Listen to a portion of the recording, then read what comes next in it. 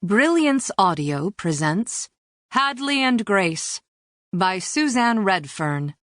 Performed by Christina Traister, Sarah Naughton, and Pete Simonelli. Her watch says 12:52, which means 8 minutes remain to get the cupcakes. Plenty of time. Yet Hadley feels her pulse ticking. She looks at the two women in front of her and wills the line to move faster. She doesn't like to be late. The woman at the counter is struggling to make her decision. "So the special today is strawberry cheesecake?" she asks for the third time. She is older, with silver hair and a bend in her spine.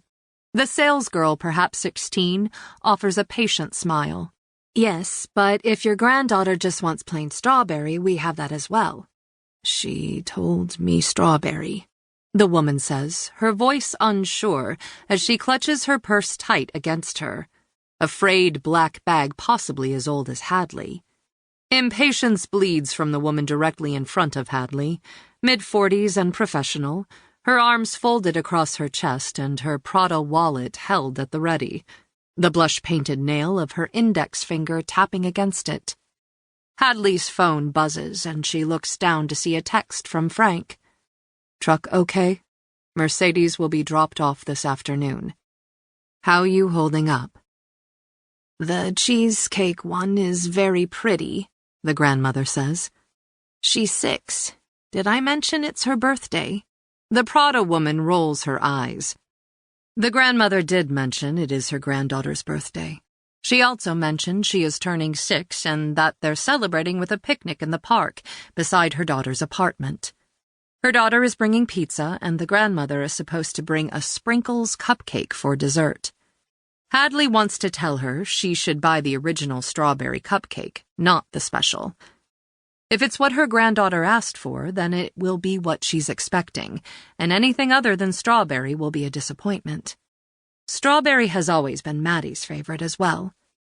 "Strawberry, please," she used to lisp, when asked what flavor she preferred for cake, ice cream, or Jell-O.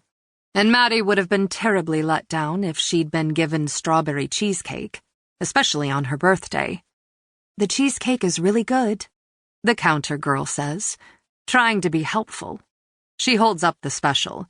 The pink frosting is decorated with red sprinkles and has a ruby red candy in the shape of a strawberry on top. The strawberry cupcake literally pales in comparison. Cream frosting, no sprinkles, no candy on top. Hadley returns to her phone and pecks her answer back to her husband. "Truck is fine, and I'm okay as long as I don't think about it." She feels the lie in her chest as she presses send. Frank's text is instant. "Hang in there. Love you." Prada woman lets out an audible groan, and the grandmother glances back to see her laser glare. The grandmother returns to the salesgirl and stutters, Fine. That's fine, I'll take the special." She shuffles to the register as Prada woman shakes her head and steps to the counter. Succinctly and rather loudly, she rattles off her order as if demonstrating how cupcake ordering should be done. The grandmother stands a few feet away, her face pinched, clearly uncertain of her decision. Hadley's phone buzzes. "Love you." "Can I help you?" the salesgirl says. Hadley feels Prada woman watching, judging her on her cupcake ordering ability. She tucks her phone in her pocket and recites sharply, 2 dozen chocolate marshmallow, 2 dozen strawberry, 1 dozen red velvet, and 1 dozen vanilla. She just stops herself from looking at Prada woman for her approval. The grandmother is counting out the exact change from her purse as the girl at the register smiles patiently. And Hadley thinks kindness must be the #1 job requirement for applicants, and she wants to commend the manager on her hiring.